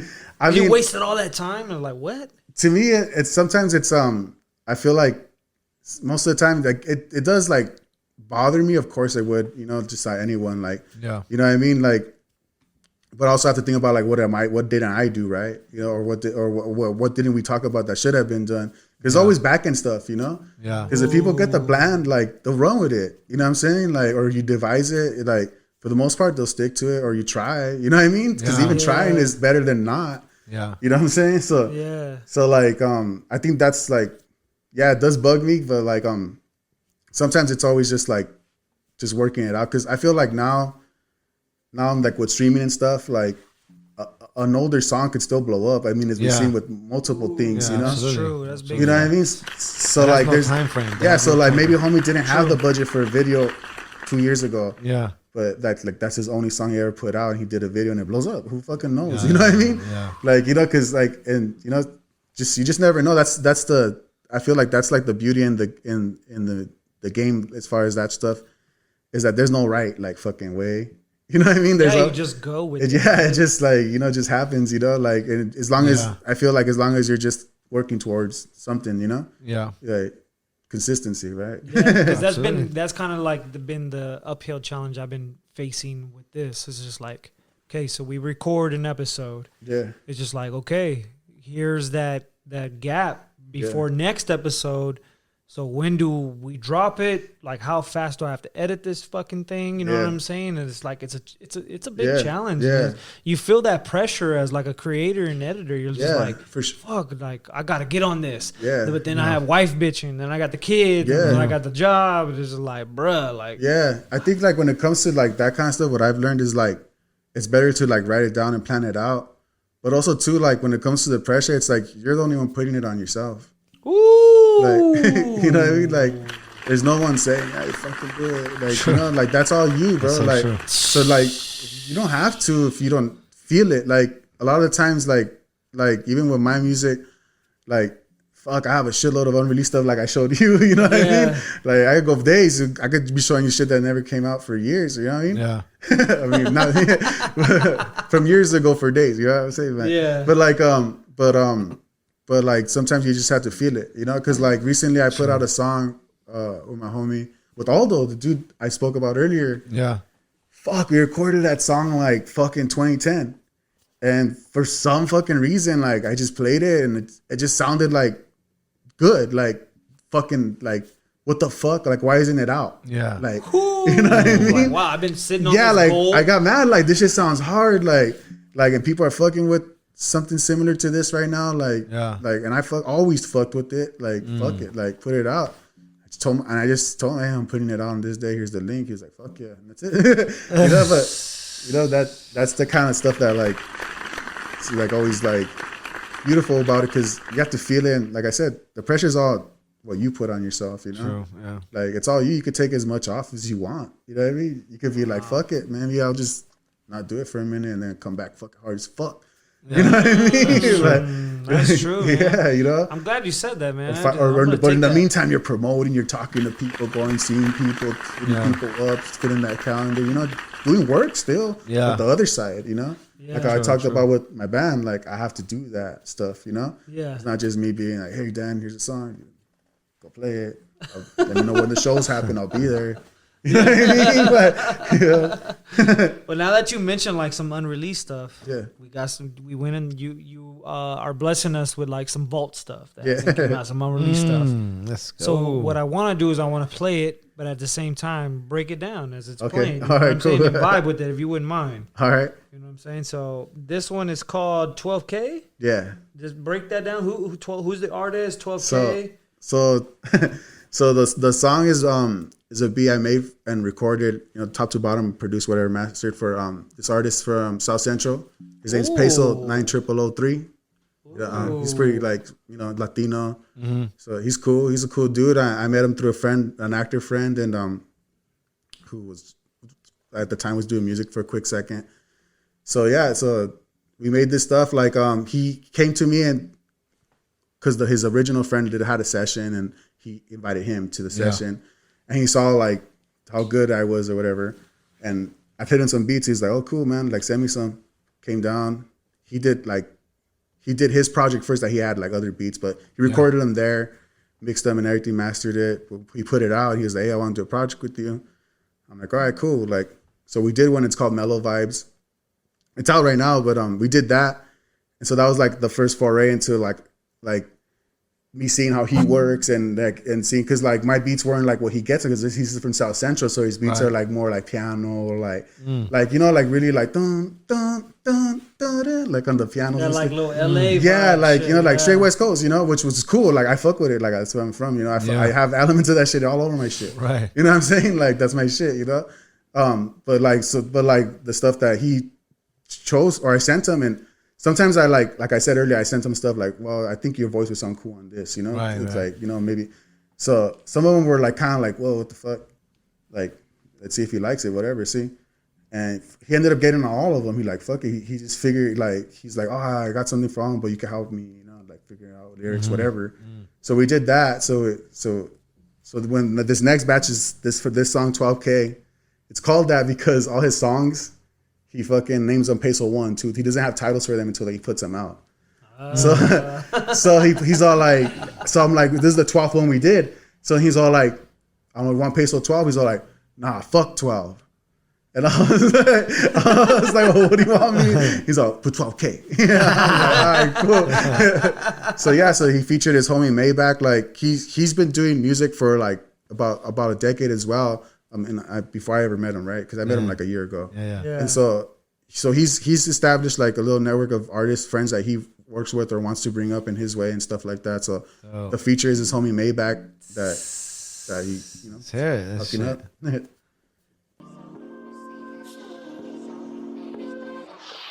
Baby, I'm a player, playing with the paper. Baby, I'm a player, I know what to do. I know how to move. Room full of wolves, moving so smooth, like I got MJ shoes. Moonwalking to the money, dark days looking sunny, the future looking bright. We came from cold nights, we came from ghetto zones, just to do it on our own. Just to do it on our own. You know that it's peso, big peso in the booth. When I'm in the stool, all I do is spit my truth. I see him harmonizing on it. Yeah, like this was like the beginning of him really trying to like sing because he was like a rapper, you know. And like he has this voice where like it kind of reminds me of like emo rock, like when the good stuff, I guess, you know. Whatever, you know, whatever it is, you know. But he has his voice that when it's layered, like it sounds fucking good for like songy stuff. Yeah. You know what I mean? Like, you know, so it's like it almost sounds like two people. You know, like someone for the verse and someone for the hook. Yeah, you know? Yeah. So like, so that's like I tried to bring out that more character when I was working with them because I was like, I feel like I was trying to get them to groove more, you know, to the beat, like instead of like. I like that you challenge artists as like, That's what's dope though. That's what's dope on a song, you know, when people can switch it up, go from singing to rap. That's pretty. No, yeah, dope. for real. It's like, and sometimes it's sometimes it works, sometimes it doesn't. But you know what I mean. Like the thing is to just try to like open up the palette for both of us, you know, because like then I could see like okay, maybe can't do that, but I heard something else. You know what I mean? Try this instead. You know what I'm saying? Like, you know, like I heard that. And I think that's dope too. That artists need to realize is like, because I think they put too much pressure on themselves to go into the booth and just like lay it all out and kill it themselves and do it all on their own. Yeah. But that's what the producer is for. It's another set of ears and like reach out for help. Yeah. Hey, I have this song. I've done this, but I don't know where to go with it. Can you help me? And then you'll be able to like create, it has to be like that conjunction, you know, like and I think like the first for me it's like always just hearing their vision out first, like letting them like fuck with it first for like a few minutes or whatever, you know what I mean? And even though I'll be knowing like, okay, I know what to say, what to do, I want to see if they get it, and if they don't, like, and they're frustrated, I'll be like, hey man, check it out. This is what I heard. And I don't sing or rap, but I have a mic and I'll rap or sing it into the, like, you know, do it like this. And they'll be like, what the fuck, sounds hard or whatever, you know, or like, nah. or maybe I could do it like this instead, but a little bit of that, whatever. Yeah. Where we come to the conclusion, you know, but sometimes it's like letting them do their thing, you know, too. You know what I mean? Like letting them fill it out first, you know, before like, because I've been in situations where like I've been making a beat or I'll start making a beat or something. And someone will be like, hey man, that sounds like some Donkey Kong shit. You know what I mean? Like whether they're trying to be funny or like whatever, or just saying it just to hear themselves talk, it will turn me off. Like, oh man. Like, you know what I mean? Like, I don't want to fuck with this one no more. I don't want it to sound like Donkey Kong, you know, like now I have to impress you. Like, not like, you know what I mean? Oh, Yeah, because I've been in situations like that where I'm just like, nah, you know, so I try not to do that to them, you know, like I try to like, well, let's hear what you got first, you know, like let's do that. I see. Yeah, like before Oh, that's hard, man. That's a sick ass beat. Yeah, thanks. All right. Yeah, we got this one. This one is Save the. I can't see the rest of the writing. Save the. Oh, it's called. This one's called Save the Youth. So trip out. So like this one is with the homie Hippie C. He's from Santa Ana. He's local out there. I got in touch with them from another friend that had him like we did an album. He had him feature. So we did. I saw him at a couple of shows and finally I hit him up. And he wanted to do this album. It's called Youth Fountain. And he wanted to dedicate. He has like a couple, like I think 2 or 3 kids. He wanted to dedicate it to them. So like all the songs like touch on that stuff, you know, but there's still bars, you know, where he just do rapper things. Yeah. You know what I mean? But like, yeah. So this particular one, probably like less than a year ago. So one of my sisters like she kind of like she's kind of estranged a little bit, right? She's cool, like she comes around for the important things, but it's more like, but she has like a 16-year-old son, and like because of that, like I'm like estranged from him as well, you know? Yeah. So whatever, like before they moved away and we're doing what they're doing now, my other nephew that was in my band, Pocket Rockets, gave him a guitar, you know, so he moved away. And so out of nowhere, like this was texts me like, hey, his name is Leo. He's like, hey, Leo, check it out. And he's like playing. I'm like, what the fuck? You make beats? He sends me a beat, you know? Yeah. So I'm like, sick, you know? like the influence still went, you know what I'm saying? Like, you know what I'm saying? Like don't escape me, bro. You know what I'm saying? No shade, but you know what I'm saying? Like, but you know, the influence leaked in for like someone to pursue. He's a real smart kid, right? And so for him to be doing music kind of scares his mom because, like, you know, she wants to make money and whatnot. You know what I mean? And making music is a long process. It's a long time unless like you're like super like got the help or like it's a soup of things that have to like matter for you to like do that right away. But yeah, so like, you know, she approached my other nephew about getting him a new guitar, right? The one that gave him the original guitar.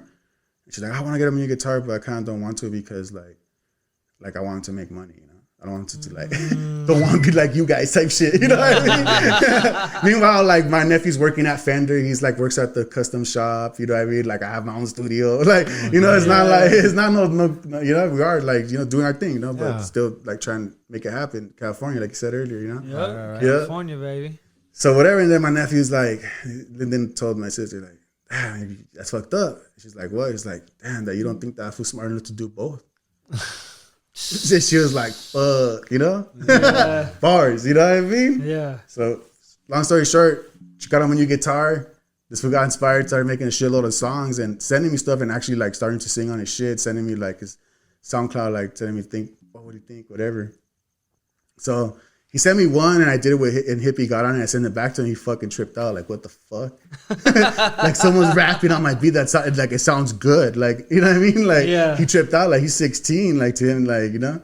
And so I'm like, yeah, bro, send me more or whatever, you know? So he sent me this one or whatever. And I was just like, shh. I played it for Hippie. He was like, fuck, dog. Like, he just started like fucking like he's snapping on it. Yeah, snapping on, like singing it, like, oh man, like he couldn't contain himself and shit like that. And I was like, damn, my nephew's gonna trip out. Like, you know. Damn. So this is your nephew, right? So it's my nephew, yeah, it's my nephew's beat. Yeah. So trying to put the I told her, I'm like, I'm trying to get you a plaque before you're 18.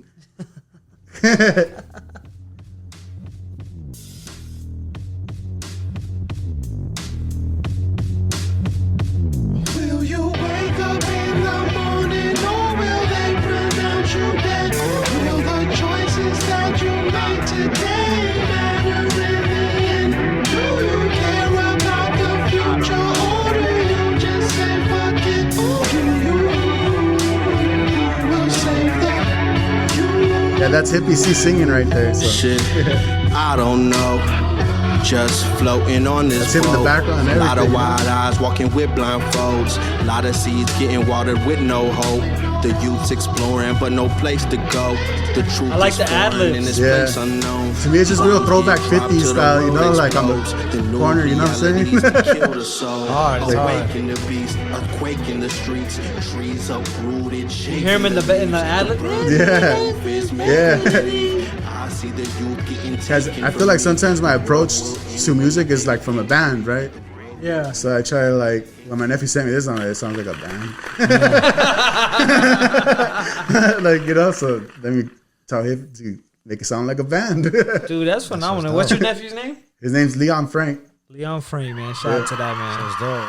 That's just fire, bro. Fucking phenomenal job, bro. Hell Thank you. Oh, you're welcome. You know, you hit something on the nail earlier that I wanted to touch on, like, let that finish off. Yeah. Thank you. You're too kind. I feel like we get stuff shoved in our faces just because it has money backed behind it. It's not necessarily good stuff. It's just the fact that it has this platform, this person thinks it's good, and then they push the money behind it, but it's not necessarily good. Yeah. Like, there's some good shit out there, like way better than what we hear like on these big platforms. Yeah. Right. But the fact that this has this big monster behind it, it's just shoved in our faces. Machine. And then our mind is just tricked to be like, oh yeah, it's That's good. What's cool, yeah. It's like, no, it's fucking ass. Yeah, like I saw like, what? Like I saw an episode yesterday of The Simpsons where they get vending machines in their school. Yeah. And then like they find out like the Lisa finds out like there's like harmful ingredients and she's like, no, don't want to eat this. This shit's bad for you. And one kid goes like, no, it's okay. It's good. It feels good to obey the machine. You know what I mean?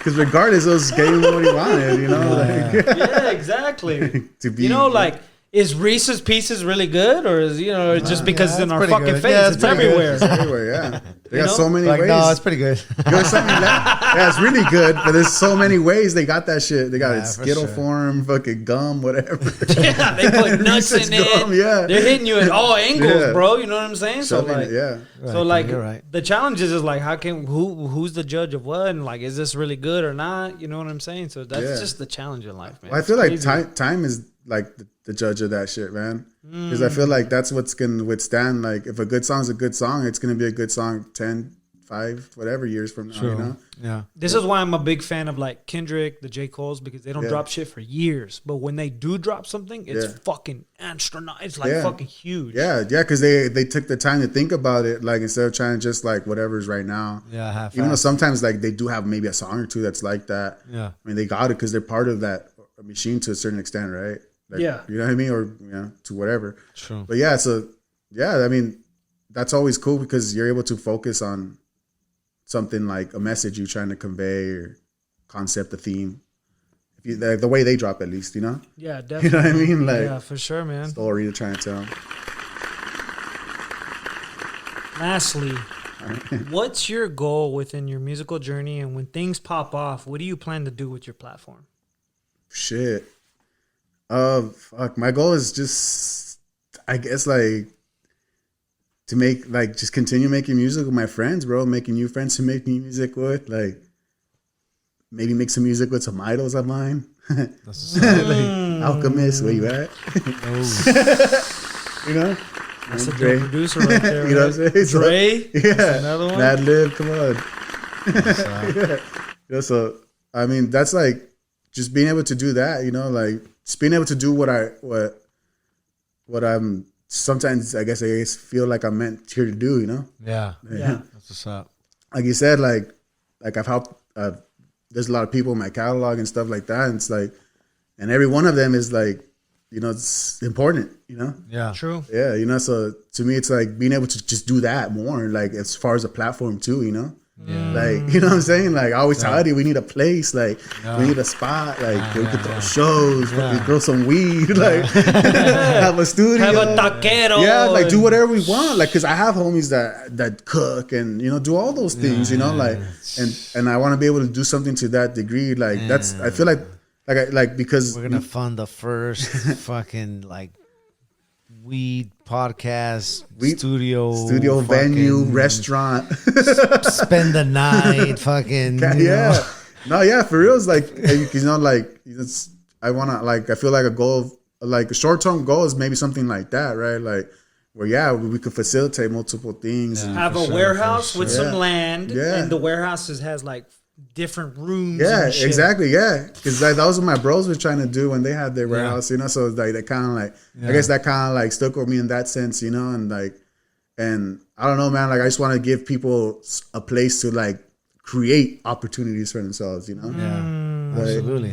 That's fucking phenomenal, man. Yeah, it's like because I like that's always like been a part of like a facet of my pursuit, like, you know, when I had a label, being in a band, fucking, you know, whatever else I did to try to like bring people together, you know? Yeah, absolutely. You know what I mean? To stay away from meth, you know what I mean? It all started with those skaters that wanted you to do meth. Yeah, dude. Those skaters that forced me now to do Fucking phenomenal, man. Yeah, absolutely. But we got some fun questions for you, man. All right, man. Let's go. All right, first question. If you came with a warning label, what would you state? What would it state? Holy shit. Oh, man. So you're an item, there's a warning label, like, what would it state? Fuck. Warning, hilariously unpredictable. I like it. If a dog That's giving myself too much credit, though. I'm not that funny, bro. If a dog were chasing you, what pair of shoes would you be wearing? A dog were chasing me? Mm-hmm. Probably no shoes. So we got nothing like to hang you, on like to. you were riding in East Los, you know? You said you were on the bike with no shoes, bro. I'm gonna take it back, dude. Got the calloused feet. Love it. If you had an opportunity to have a message on a billboard, what would it state? Shit. I'll just say, hit me up. You need beats. There's going to, you know, if you've been to Palm Springs lately, but if you drive down the 10 going to Palm Springs, there's a billboard that says drop beats, not bombs. Oh yeah, hell yeah, I love that one, bro. This is dope. I saw that when I was going to the Salton Sea or something like that. Yeah. This is dope. Yeah. Apple or Android? Shit, Apple, man, just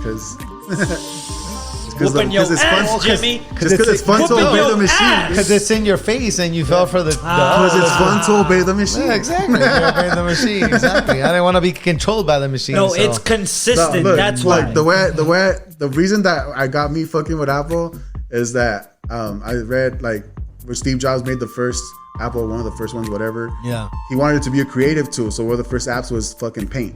So when he showed it to Andy Warhol, like the first one, he showed it to Andy Warhol and had Andy Warhol paint fucking Debbie Harry from Blondie on it. So I was like, okay, that's dope. Like it was meant to be a creative tool. Nice, yeah. You know what I mean? No, the iPhone changed the game. You know, like, the iPhone definitely changed the game. hell yeah. I love it because it's consistent. Exactly. Yeah. You know what I'm saying? Yeah, just like how paintbrushes or easel or you know what I mean, like something that you use. You Same know, with like, all their models, make, consistently the same. yeah, for sure on that. Like they peaked on that for sure. You know. I feel like Android is the Jack in the Box and Apple is the in and out. Yeah. It's consistent. Jack in the Box wants all these breakfast stuff and get waffles and get this and get like too much stuff, bro. Relax. Dumb it down. I'm over here folding my phone. I don't know about you. Actually, like Android does have good tech. You know, they do have stuff that's like that probably Apple won't adopt for a decade from now. You know what I mean? True. Just because like Apple plays the long game, bro. They're like Chinese in that way. Yeah. They're like trying to see like where this goes, and then we'll buy them out. No, You know what I mean? That's the game, you know. Fucking Samsung. If you could swap lives with one of your friends, who would it be and why? Damn, one of my friends. Let's see. Damn, I have a friend. His name's Ken Bao. He's like a teacher. Yeah, so he teaches math and geography. He also raps and makes beats. So at least I'll be able to like do that still, you know. So that'd be fire. Yeah. But nah, he's cool as fuck. I mean, as far as my friends go, you know, like just I like the facet of him, like you know, teaching, and like you know, and him being like he's black, so he has a different scope, you know. So like for him to like, you know, to me it's you know. It's always cool. That's cool because he's creative. Like he could probably put rap in his fucking teaching. You know what I'm saying? All that stuff. But also too, just like being able to teach like kids, like give them like a real world point of view sometimes. Or at least when it's necessary, I guess. I don't know how it is. You know, when you're teaching with the rules, you know, I mean, there's a lot of them for sure. You know, they're kids. You know. Yeah, for sure, man. Most used app on your phone. Shit, on mine. It's either, I mean, other than the socials, of course, right? Or does that count? Yeah, just whatever. Which one's the number one app you use? Mine is Spotify. I'm always on Spotify. So I guess mine would probably be my VLC player. It's just like a media player that you can download. Like it's like a whatever one, but I just use it to play all my songs off of. Ooh, okay. So like I'm always like sending myself my shit like to play it in the car or whatever. So. I like it. What about you? What's your most used app? Damn. Probably Twitter. Twitter? Yeah. You're still on Twitter, bro? Number one app. with all the robots. Yeah. One song to listen to for the rest of your life, what would it be? Damn, there's two. State it. There's Okay, it's two. two then. Two. So I think William Devon, Be Thankful for What You Got. That one's good. I don't know if you ever heard that one. I've never heard that. So check that Diamond out. in the Back. Oh, okay, there you go. With the Gangster lean. Okay. Yeah. So that one, not the disco one, the classic one. Yeah. So I like that one. And there's another one. His artist named Alon, and it's a song called Rock and Roll Gangster. Ooh, okay. They're like soul songs. I don't know. They have a lot of music. You know, like there's like people playing a lot of shit. You know what I mean? Like a lot of things here. Top 3 music producers. Damn, right now, The Alchemist. Fuck, bro. I like that he just fucking stayed doing his shit. Like, didn't change. Didn't cater. Like, he evolved in a way, but not like to like, he's not making trap beats, you know? Yeah. But I like, I just like how he just stayed and then just the wave just circled back to him. And now he's like, I got Kendrick song, fucking couple Kendrick songs probably, you know? Yeah. Fucking knows, you know? Alchemist for sure. And I think after Alchemist, a producer I look up to a lot is Madlib. He's just far out. Like his beats are just like free. Like they're not like nothing. Like they're not like, this is hip hop. It's just dance or it's EDM or it's techno. Yeah. You know what I mean? Just like everything. Yeah, he's like everything, but it's still under that umbrella, you know? And I think like as far as like other producers, as far as like on the beat stuff, like for sure, I mean, I gotta say Dr. Dre, man. That's a good one. Yeah, man. I mean, that's always a go-to, you know, like it's just a standard. We're still waiting for Detox. Yeah. No, I feel like he falls behind because he hasn't created some like so long. He's put out albums, but not like in those ways, like where he's like promoting it, like this is my fucking album again, you know. Because he's put out Compton and he did that GTA soundtrack shit, and he did like there's a couple other things he did recently too, which are pretty cool. You know what I mean? In their own right, you know. Like to me, it's just like when I hear his shit, it's like even now I'm just like sick. Like this is like that mean that this is you're watching a master at work. Yeah, you know what I mean? Yeah. He's done like that commercial or some things like that. TV. Yeah, you see, yeah. So that's why that's why I like those three producers, because of those things. Like they all like you hear them and you're just like, fuck, how the fuck they do that? Like, you know, where'd they get that? Like I get mad jealous, you know what I mean? Like, you know, I'm just like, fuck. Like right now there's this Alchemist song. He has an album with Rock Marciano. It's called The Elephant Man's Bone. That's the name of the album. But there's a song called JJ Flash. Like, fuck, dude, I can't stop listening to that shit, bro. I'm just trying to break it down like every time, you know?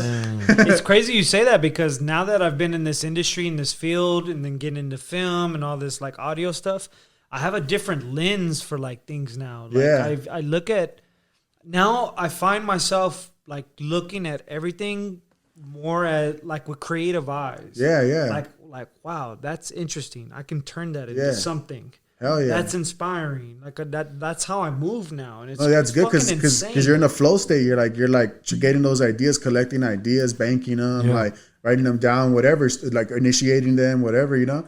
Like it's always good. That's like always good to fucking be that way, bro. Like I've always like me when I get an idea, I try to like act on it right away, especially for music, because like fuck, sometimes I hear shit like I'll hear like.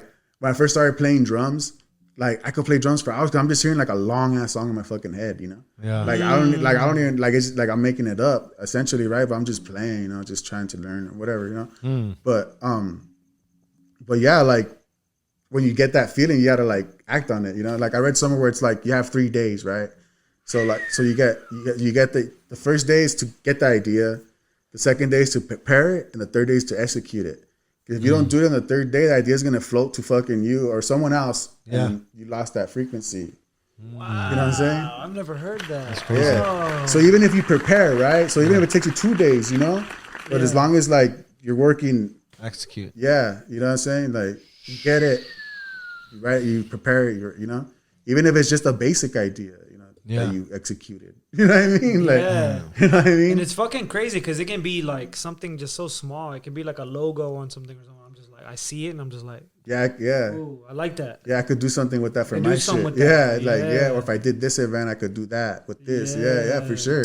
Absolutely. That's always like, that's the cool part about the creative process, is that everything can be inspiration, you know, even the bad shit. You know, like I said earlier, bro, like when I made my I'd Rather Vexed album, I was like kind of like, fuck, I guess for depressed, right? You know what I mean? You could say, right? Yeah, you know what I'm saying? Yeah. Like, and that shit was therapy. Yeah, exactly. That shit was therapy, bro. Like, and you know, speaking a little bit more on that, like, it was trippy when I was making that album, because like, I would make these fucking songs and then send them to whoever I was wanting them to, whoever I heard on it. Yeah. I tripped out on this multiple times. Happened probably every instance that I sent it out. It came back, and what the fuck they're saying is like what I'm feeling. You feel me? Or like relate. Universe is trippity. You know what I'm saying? Universe is trippity. Like I would just hear shit, you know? Like I'll be like, what the fuck? Like you know what I mean? Crazy. Like that was cool, you know, because it was like the universe let me tap in, you know. Wow, that's crazy. That's crazy. Last question. Cool. Finish the sentence. I'm Mellow Thing and I'm crazy.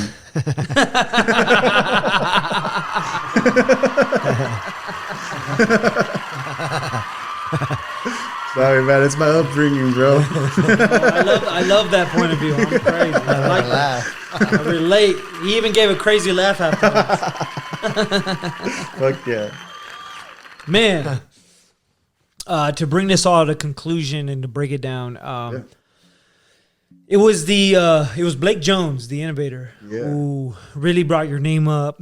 Really, shout out Blake. Yeah, he's the one who basically said like, Mellow has been a big part of like my creative process of my career, my music sound, and etc. And he's the one who triggered the idea, like, hey, let me get this guy who is in the lab, who is there, and I feel like should get more exposure, more shine, if that makes sense. And just in my opinion, you know what I'm saying? Like, you're a producer, and I feel like a lot of producers don't get the credit.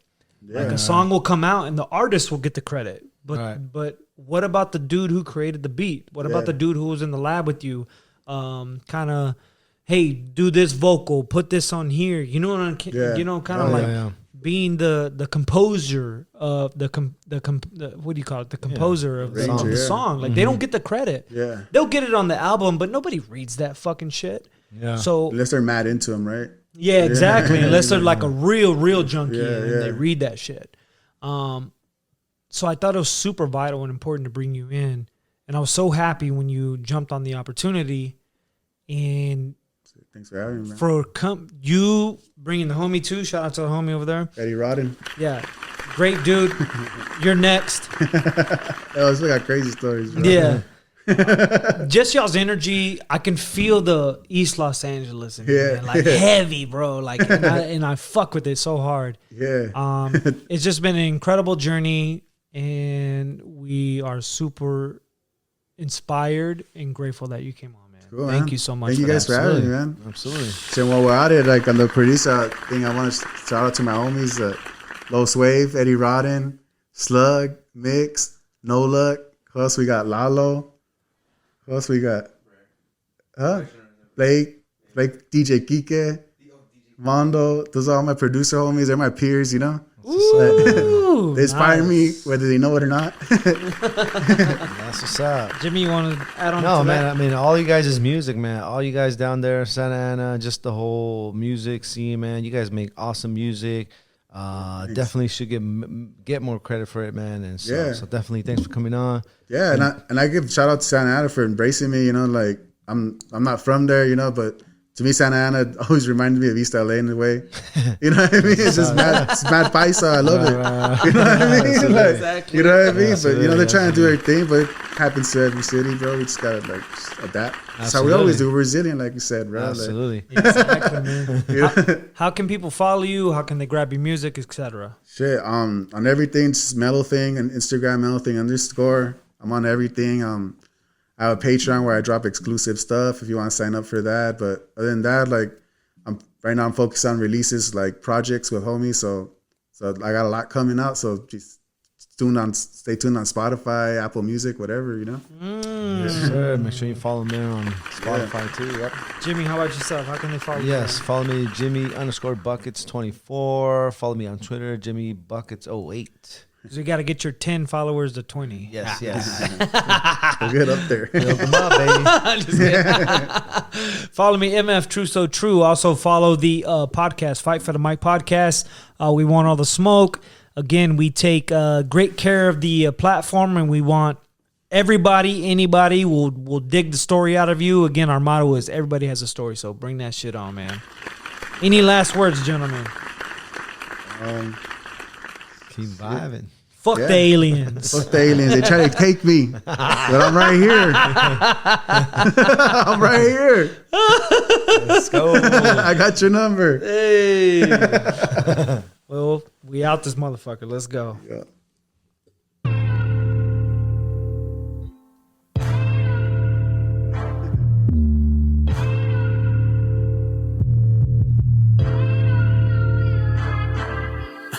die, give 50-50. Rolling out with the coldest with me. When they hit in the middle of summer, and the block being high in the dope city. Far by now when the dome me hit. Free smoke, got in here. Let's come through, do my shit, and then I did. Got these honey running by my head, let's watch the see. Most can't stomach with the game, will take, I make them sick.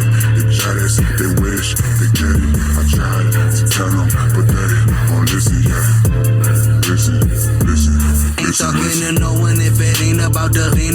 You should mind your business, boy. I'm on something that's greater than. Smoking on the 8th and then smashing on my girl best friend. Taking over everything. Arguing with what's her name. That's okay. Contortion this bitch gon' save shit.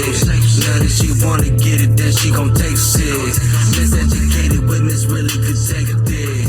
All of my haters tripping really could suck a dick. Suck a dick.